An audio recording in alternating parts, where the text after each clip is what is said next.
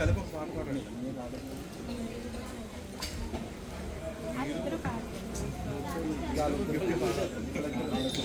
Public చూడాలి. యోహాన్ని కూడా dress వేసుకున్నారు.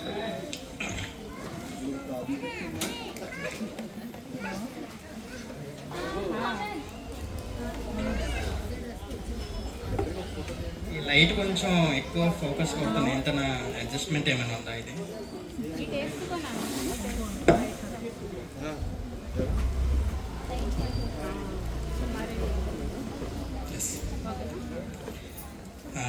అందరికీ ఎవరైతే ఈ ప్రోగ్రాంకి వచ్చారో సేవకులకి, అలానే చర్చ్ మెంబర్స్కి, మరి ముఖ్యంగా యూత్ క్రిస్మస్ కాబట్టి యూత్ వాళ్ళందరికీ, స్కిట్ అంత బాగా చేసిన ప్రతి ఒక్కరికి కూడా నా మేరీ క్రిస్మస్ తెలియజేస్తున్నాను. సో డైరెక్ట్గా మెసేజ్లోకి వెళ్ళిపోదాము, టైం అంత ఎక్కువ లేదు కాబట్టి. Last 3 years back or 4 years back నాకు ప్రాపర్గా గుర్తులేదు, కానీ ఇదే చోట నేను క్రిస్మస్ మెసేజ్ తెలియజేస్తున్నప్పుడు మనం క్రిస్మస్ ఎందుకు సెలబ్రేట్ చేసుకోవాలి అని చెప్పి రీజన్స్ చెప్పాను. మరి అది ఎంతమంది గుర్తుందో లేదో నాకు తెలియదు, కానీ రీజన్స్ తెలియజేస్తున్నప్పుడు ఒక పారబుల్ చెప్పాను, ఒక ఉపమానం చెప్పాను, ద లాస్ట్ సన్ అని చెప్పాను, తప్పిపోయిన కుమారుడి కోసం. సో ఈసారి డైరీ నాకు మెసేజ్ చెప్పు అన్నప్పుడు దేనికోసం చెప్పాలి అని ఆలోచిస్తున్నప్పుడు నాకు 2 సినారియోస్ నాకు ఆల్మోస్ట్ ఈక్వల్గా నాకు అనిపించాయి నాకు. సో నేను ఆ 2 సినారియోస్ కోసము మీకు తెలియజేయాలని చెప్పి ఆశపడుతున్నాను. సో ఈసారి క్రిస్మస్ దేని కొరకు మనం సెలబ్రేట్ చేసుకోవాలి? నాకు తెలిసి ఈ 2 క్వశ్చన్స్కి మీకు అర్థమైందని చెప్పి అనుకుంటున్నాను. ఫస్ట్ మెసేజ్ చెప్పినప్పుడేమో రీజన్స్ ఎందుకని చెప్పి చెప్పాను, కారణం దేనికి. ఈసారి ఏం చెప్తున్నాను అంటే దేనికోసం మనం క్రిస్మస్ సెలబ్రేట్ చేసుకోవాలని చెప్తాను. అందరికీ తెలిసిందే, మన కొరకు ఒక రక్షకుడు పుట్టాడు, ఆ రక్షకుడు మనకు రక్షణ ఇచ్చాడు, దేవునికి మనకు ఉన్న దూరాన్ని తీసేశారు అని చెప్పని అందరికీ తెలిసిందే. కానీ ఇది ఎక్కడి నుంచి స్టార్ట్ అయింది, ఈ కాన్సెప్ట్ ఎక్కడి నుంచి స్టార్ట్ అయిందని చెప్పి చెప్పాలని చెప్పి ఆశపడుతున్నప్పుడు నాకు ఎవరైనా సరే చిన్న హెల్ప్ కావాలి. నాకు తెలుగులో నేను రెఫరెన్స్ చెప్తున్నప్పుడు నాకు కొంచెం తెలుగులో అది చదివి వినిపిస్తే నాకు కొంచెం ఇంకా ఈజీ అవుతుంది నాకు.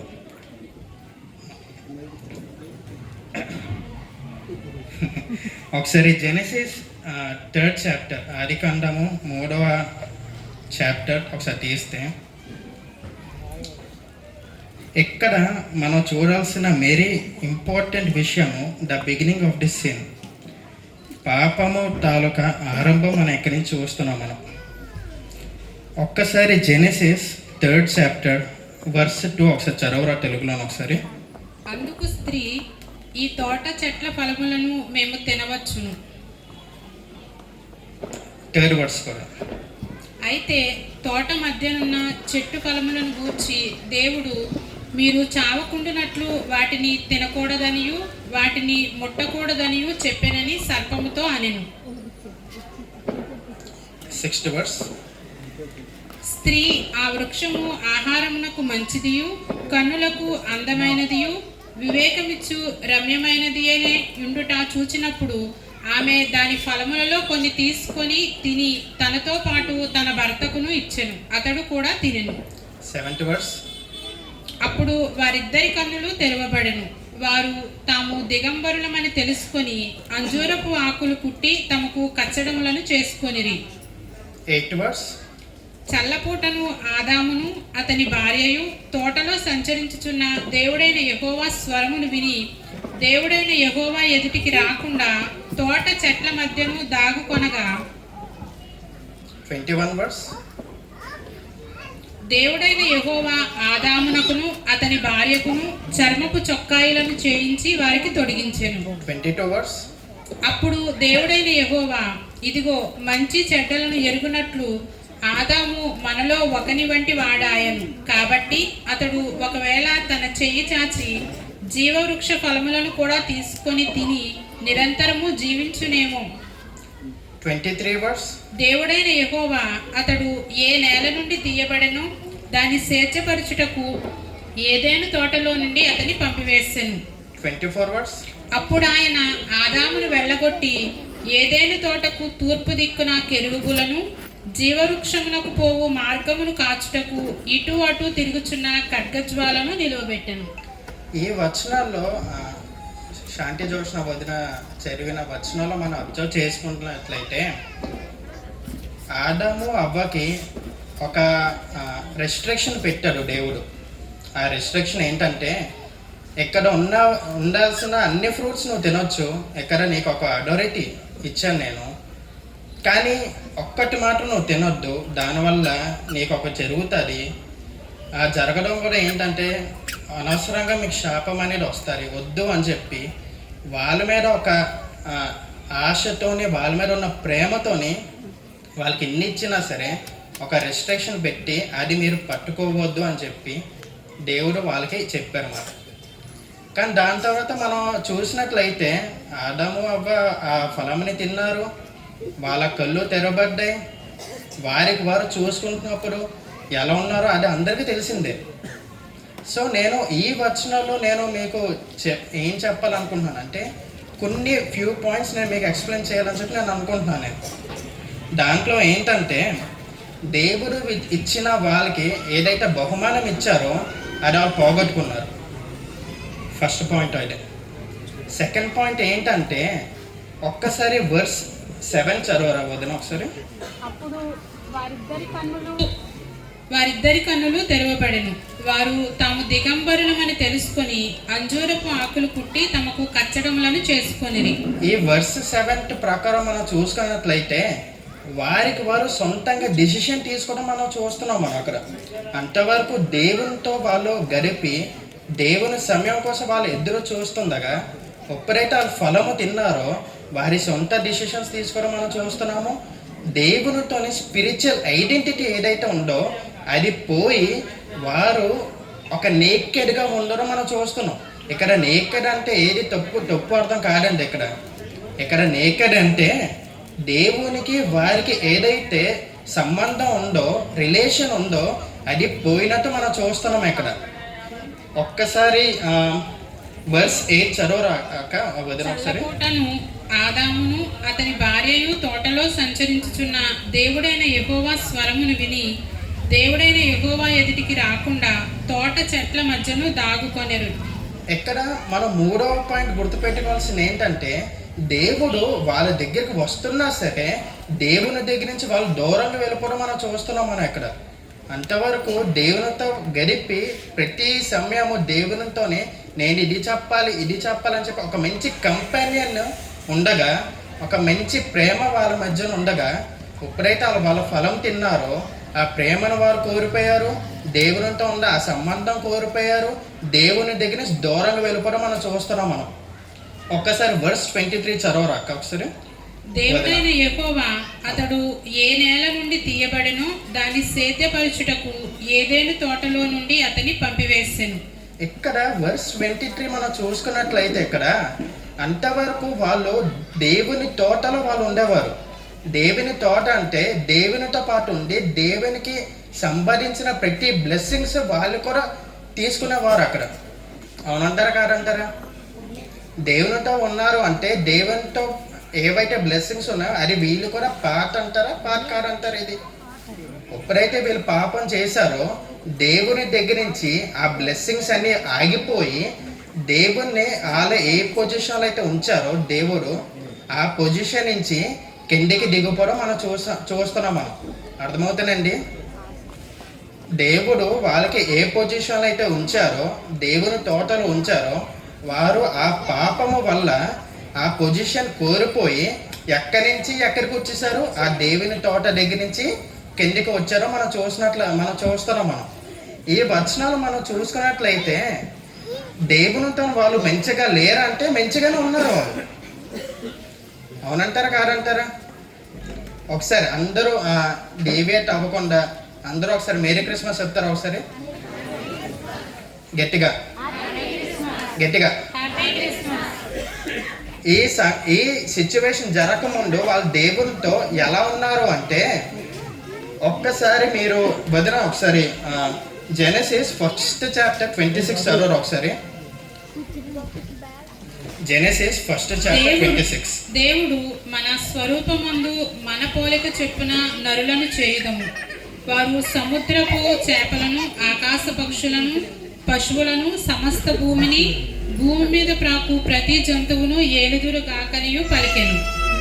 ఎక్కడ మనం చూసుకున్నట్లయితే నా రూపంలో వీళ్ళు కూడా ఉండాలని చెప్పి చాలా ఇష్టపడి క్రియేట్ చేసిన మనుషులకి ఫిజికల్ బ్లెస్సింగ్స్ ఇచ్చారు. ప్రపంచంలో ఉన్న ప్రతిదీ వీళ్ళు అథారిటీ చూపించవచ్చు అని చెప్పి ఫిజికల్ ప్రామిసెస్ ఇచ్చారు, ఫిజికల్ బ్లెస్సింగ్స్ ఇచ్చారు. స్పిరిచువల్ బ్లెస్సింగ్స్ దగ్గరికి వచ్చేసరికి ప్రతిరోజు సాయంకాలం పూట దేవుడు మనుషులు ఇద్దరు ట్రావెల్ చేస్తున్నట్టు మనం చూస్తున్నాం. అటు ఒక పక్క ఫిజికల్ బ్లెస్సింగ్స్ ఉన్నాయి, ఇంకో పక్క స్పిరిచువల్ బ్లెస్సింగ్స్ కూడా ఉన్నాయి. అంత గొప్పగా ఉన్న స్నేహం కాస్త వాళ్ళు ఎప్పుడైతే పాపం చేశారో ఆ స్నేహం నుంచి వాళ్ళు దూరంగా వచ్చేసారు. తొలి ప్రేమను వాళ్ళు మర్చిపోయారు. దేవుని తాలూకా సంభాషణ కోల్పోయి బ్లెస్సింగ్స్ నుంచి ఒక శాపకరమైన పరిస్థితికి వాళ్ళు వచ్చేసారు. ఇక్కడితో 3rd చాప్టర్ అయిపోతుందండి. ఇక్కడ మనం చూసుకున్నట్లయితే చాలా చిన్న పాపము స్టార్ట్ అయింది, 3rd చాప్టర్ నుంచి అది ఎండ్ అయిపోయింది. అదే పాపము ప్రస్తుతానికి ఉన్న జనరేషన్స్ అంతా అది స్ప్రెడ్ అయిపోయినారు. మనకు కూడా చాలాసార్లు అనిపిస్తుంది, ఈ తెలియని సిచ్యువేషన్లో నాకంటూ ఒక తోడు ఉంటే బాగుంటుంది, నాకంటూ ఎవరు లేరు, నేను నా మనసు ఇరిగిపోయింది, నాకు ఇప్పుడు ఎవరో ఒకరు సపోర్ట్ నాకు కావాలి అని చెప్పి మనకి అనిపించినప్పుడు మనకిలాగే ఆదాముకి అవ్వ కూడా అనిపించే ఉంటుంది. ఎందుకంటే అంతవరకు దేవుడు వాళ్ళ పక్షంగా ఉన్న దేవుడు వాళ్ళు చేసిన చిన్న పాపం వల్ల దేవునికి మనుషులకి ఒక గోడలాగా ఆ పాపం ఉండిపోయింది. ఒక్కసారి ఇమాజిన్ చేసుకోండి, వాళ్ళు ఇలాంటి పరిస్థితుల్లో వాళ్ళు ఉన్నారు. అంతవరకు వారికి బాధ అంటే తెలియదు, వాళ్ళు పాపం చేశారు, బాధపడడం స్టార్ట్ అయింది వాళ్ళకి. అవునంటారా కాదంటారా? ఎన్నిసార్లు మనం అటువంటి పొజిషన్లో మనం ఉన్నాం. ఇది ఒక సిచ్యువేషన్, ఇది ఒక సినారియో. దేవునితోనే నిత్య జీవం ఏదైతే ఎటర్నల్ లైఫ్ ఉందో వాళ్ళు పోగొట్టుకున్నారు అంటే అంటారా? కానీ ఇదే సిచ్యువేషన్ న్యూ టెస్ట్మెంట్ దగ్గరికి వచ్చేసరికి మనలాంటి ఒక మనిషి దేవుని దగ్గరికి వచ్చి, ప్రవ్వా నేను ఇలా ఎటర్నల్ లైఫ్ నేను పొందుకోవాలంటే నేను ఏం చేయాలి అని చెప్పి దేవుని అడుగుతున్నప్పుడు దేవుడు ఏం చెప్పారో తెలుసా? అంతమందికి ద గుడ్ సమరిటన్ స్టోరీ తెలుసా? ద గుడ్ సమరిటన్ ఒకసారి హ్యాండ్స్ రైస్ చేస్తారా? ఒకసారి ఆ చాప్టర్స్ తీయండి, ఒకసారి ఆ పారబుల్ తీయండి. లూక్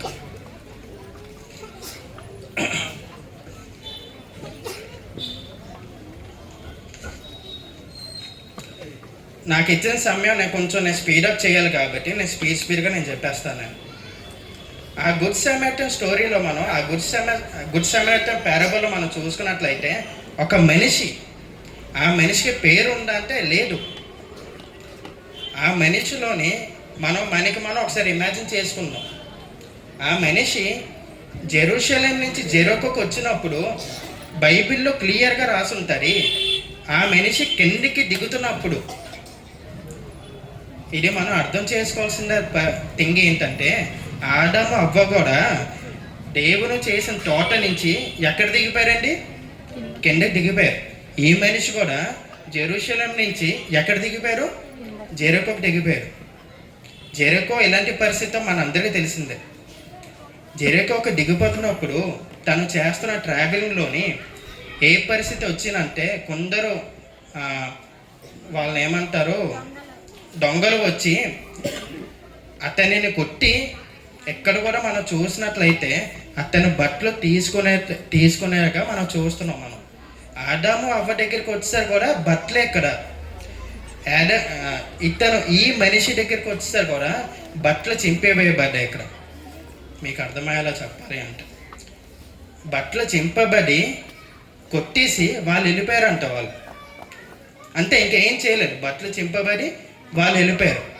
ఆ మనిషి ఆ రోడ్డు మీద అలా పొరిపోతున్నప్పుడు ఫస్ట్ ఎవరు వచ్చారు? యాజకుడు వచ్చారు. సెకండ్ ఎవరు వచ్చారు? లేవి వచ్చారు. యాజకుడు వచ్చారు, చూశారు, నాకు వీళ్ళకి సంబంధం లేదని చెప్పి వెళ్ళిపోయారు. లేవి వచ్చారు, నాకు వీళ్ళకి సంబంధం లేదని చెప్పి వెళ్ళిపోయారు. మూడో వ్యక్తి ఎవరు వచ్చారండి? సమరయుడు వచ్చి, అయ్యో ఇక్కడ ఒక వ్యక్తి ఆపదలో ఉన్నాడు, నేను వాడిని రక్షించాలి అని చెప్పి ఆ మనిషి దగ్గరికి వెళ్ళి ఆ మనిషికి ఆ డబ్బలు మానవేయడానికి ఆయిల్ అండ్ ఇంకేం చేశారండి? Oil and wine. ఎక్కడ బైబిల్లోనే ఏముందంటే ఆయిల్ అండ్ వైన్ వాళ్ళకి పూసి అతనిని హాస్పిటల్కి తీసుకెళ్ళి హాస్పిటల్ దగ్గర అతన్ని క్యూర్ చేసి నేను తిరిగి వస్తున్నాను అని చెప్పి స్పెషల్గా చెప్పి అతను వెళ్ళిపోయారు. దీన్ని బట్టి దేవుడు జీసస్ ఆ మనిషిని అడిగినప్పుడు వీళ్ళు ముగ్గురులోని ఎవరు బాగా అతి ప్రియమైన మనిషి అని చెప్పి చెప్తున్నప్పుడు ఆ వ్యక్తి అన్నాడు, ఎవరైతే మనిషికి హెల్ప్ చేశాడో ఆ వ్యక్తే అసలైన ప్రేమ కలిగిన వాడు అని చెప్పాను. ఇది మనం ప్రాపర్గా అబ్జర్వ్ చేసుకుంటే రెండు సిచ్యువేషన్స్ మీరు కంపేర్ చేసుకోండి. ఆదాము అవ్వ దేవుడు క్రియేట్ చేసిన తోట నుంచి కిందకు వచ్చేసాడు. ఈ మనిషి కూడా దేవుడు జెరూసలేం నుంచి జెరికోకు వచ్చేసాడు. ఆదాము అవ్వ వాళ్ళు ఎప్పుడైతే పాపం చేశారో వారు నేకర్గా ఉన్నారని చెప్పి గ్రహించుకున్నారు. ఈ మనిషి కూడా దొంగలు వచ్చి అతని బట్టని చింపి వేశారు. వీళ్ళు డబ్బులతోనే ఒక మానసికమైన ఆవేదనతో ఉన్నారు ఆదాము అవ్వ. ఈ మనిషి కూడా ఆవేదనతోని నొప్పులతో ఉన్నాడు. కానీ ఇక్కడికి వచ్చేసరికి వాళ్ళు త్రోసివేశారు. అక్కడ మళ్ళీ దేవుడు అక్కడ ఆ స్థలానికి రీచ్ అవ్వకుండా ఆ పాపం అనేది అడ్డేసింది. కానీ ఇక్కడ వచ్చేసరికి దేవుడు మన కొరకు పుట్టి ఉన్నారు కాబట్టి ఆ దేవుడు మనల్ని రక్షించి ఇక్కడ బైబిల్లోని ఆయిల్ అండ్ వైన్ అని రాస్తుంది. కానీ ఆ రక్షకుడు మన కొరకు రక్తము చిందించడానికి దేవుడు రాజ్యాన్ని వదిలిపెట్టి మన కొరకు భూమి మీదకి వచ్చారు. అక్కడైతే ఆ సమరయుడు ఎలా అయితే ఆ మనిషికి బైబిల్లో అయితే ఆ మనిషికి పేరేంటి లేదు. అక్కడ ఆ మనిషి ప్లేస్లోని మనము అని మనం పేరు పెట్టుకుంటే నా కొరకు బిల్లి కొరకు దేవుడు పరలోకాన్ని వదిలేసి నాకు దేవుడికి ఆ గ్యాప్ డిస్టెన్స్ తగ్గించడానికి ఆ పాపము తోసివేయడానికి ఆ రక్షకుడు నా కొరకు పుట్టి ఉన్నాడు. ఆదాము అవ్వ తప్పు చేస్తున్నప్పుడు వాళ్ళకి మార్గం తెలియలేదు. వాళ్ళకి ఇట్టేళ్లలో తెలియలేదు. అవునంటారా కాదంటారా? వాళ్ళు సత్యాన్ని కోల్పోయారు. వాళ్ళకి సత్యం తెలిసినా కూడా వాళ్ళు సత్యం చూసుకోలేదు. వారు దేవుని ప్రేమను కోల్పోయారు. అవునంటారా కాదంటారా? ఇప్పుడు ఈ యేసయ్య మన కొరకు నేనే మార్గాన్ని, నేనే సత్యాన్ని, నేనే జీవాన్ని అని చెప్పి నీ కొరకు నా కొరకు చెప్పి ఉన్నారు. ఇదే అసలైన క్రిస్మస్. ఒక్కసారి ద గుడ్ సమరిటన్ పారబుల్ తీస్తే ఒకసారి లాస్ట్ లైన్ చదవండి వదిన. ఒకసారి లాస్ట్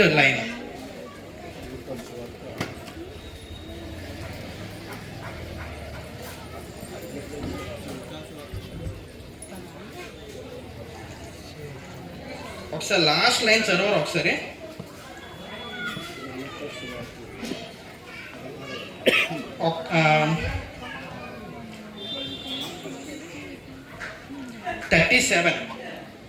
Tenth chapter 37. అందుకు యేసు నీవును వెళ్ళి అలాగు చేయమని అతనితో చెప్పాను. 36. కాగా దొంగల చేతిలో చిక్కిన వానికి ఈ ముగ్గురిలో ఎవడు పొరుగువాడాయనని నీకు తోచుచున్నది అని యేసు అడుగగా అతడు అతని మీద జాలిపడిన వాడే అనెను. అందుకు యేసు నీవును వెళ్ళి అలాగు చేయమని అతనితో చెప్పాను. ఎవరైతే అతని మీద జాలి పడ్డారో వారికి దేవుని ప్రేమ తెలుసు అని చెప్పాను. మన విషయంలో కూడా దేవుడు జాలి పడ్డాడు కాబట్టి మనకి కూడా ఒక మార్గం చూపించడానికి, జీవింపబడడానికి, సత్యం తెలియజేయడానికి మన కొరకు దేవుడు పుట్టి ఉన్నాడు. మన మీద జాలిపడి మన మీద మనం తప్పు చేసామని చెప్పి కోపడి కాదు, మన మీద జాలిపడి తనకున్న పొజిషన్, ఎలా అయితే ఆదాము అవ్వ పొజిషన్ తెగ్గిపోయిందో, దేవుడికి ఉన్న పొజిషన్ కూడా, నాకు ఈ పొజిషన్ వద్దు, నాకు ఈ జనాంగాలే నాకు కావాలని చెప్పి తన పొజిషన్ మెచ్చిపోయి మన కొరకు పుట్టి ఉన్నారు. The real Christmas is that our saviour is Born. నా రక్షకుడు పుట్టి ఉన్నాడు. ఎందుకొరకు పుట్టి ఉన్నాడు? నా మీద జాలిపడి నన్ను రక్షించడానికి పుట్టి ఉన్నాడు. అందుకు మనం క్రిస్మస్ సెలబ్రేట్ చేసుకోవాలి. ఆదాము అవ్వ జెనిసిస్ దగ్గర నేను ప్రేమను కోల్పోయాను, దేవుడు పుట్టి ఉన్నారు కాబట్టి నేను ప్రేమని మళ్ళీ నేను తిరిగి తెప్పించుకున్నాను. ఆదాము జెనిసిస్ దగ్గర చూసేసరికి నేను చనిపోయి ఉన్నాను. జీసస్ ఈరా వచ్చేసరికి, మ్యాథ్యూస్ చాప్టర్ దగ్గరికి వచ్చేసరికి నేను మళ్ళీ జీవింపబడ్డాను. నేను సత్యాన్ని కోల్పోయాను. నేను ఇక్కడికి వచ్చేసరికి నేను సత్యాన్ని మళ్ళీ తెలుసుకున్నాను. అందుకే దేవుడు నాకు తెలిసినంత వరకు జీసస్ తనకి తను ఎక్కడ పోర్ట్రేట్ చేసుకోలే, కానీ ఒకే ఒక్క దగ్గర థామస్ వచ్చి నేను ఎటర్నల్ లైఫ్కి నేను వెళ్ళాలి అంటే ఎలాగన్నా అన్నప్పుడు, దేవుడు నువ్వు తండ్రి అయిన దేవుడితో నువ్వు గడపాలనుకుంటే నా ద్వారా నువ్వు వెళ్ళాలి, నేనే మార్గము, నేనే సత్యము, నేనే జీవము అని చెప్పాను. ఇక్కడతో నేను ముగిస్తున్నాను. ఇక్కడతో ఈ 2 సిచ్యువేషన్స్ మీరు జ్ఞాపకం చేసుకోండి. మీరు మళ్ళీ జీవింపబడాలి అనుకుంటే దేవుని దగ్గర రావాలి. మీరు మళ్ళీ ప్రేమని తెలుసుకోవాలి, నేను దేవుని విషయంలో నేను ప్రేమగా కలిగి ఉండాలనుకుంటే దేవుని దగ్గర రావాలి. మీరు మళ్ళీ సత్యాన్ని తెలుసుకోవాలనుకుంటే దేవుని దగ్గర రావాలి. ఎందుకంటే దేవుడు మన విషయంలోనే జాలి కలిగి ఉన్నారు కాబట్టి.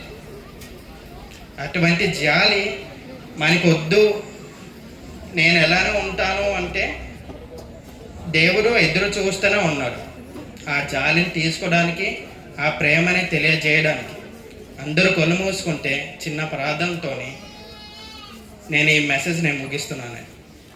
అందరూ చిన్న ప్రార్థన చేసుకోండి. ప్రభువా, నేను మళ్ళీ నీ సన్నిధిలో నేను జీవింపబడాలి అని చెప్పి నేను ఆశిస్తున్నాను. నేను నీ సన్నిధిలో నేను మళ్ళీ ప్రేమని తెలుసుకోవాలని చెప్పి నేను అనుకుంటున్నాను. నేను నాకంటే ఒక మార్గాన్ని నాకు చూపించు నీ సన్నిధికి. చిన్న ప్రార్థన చేసుకుందాం.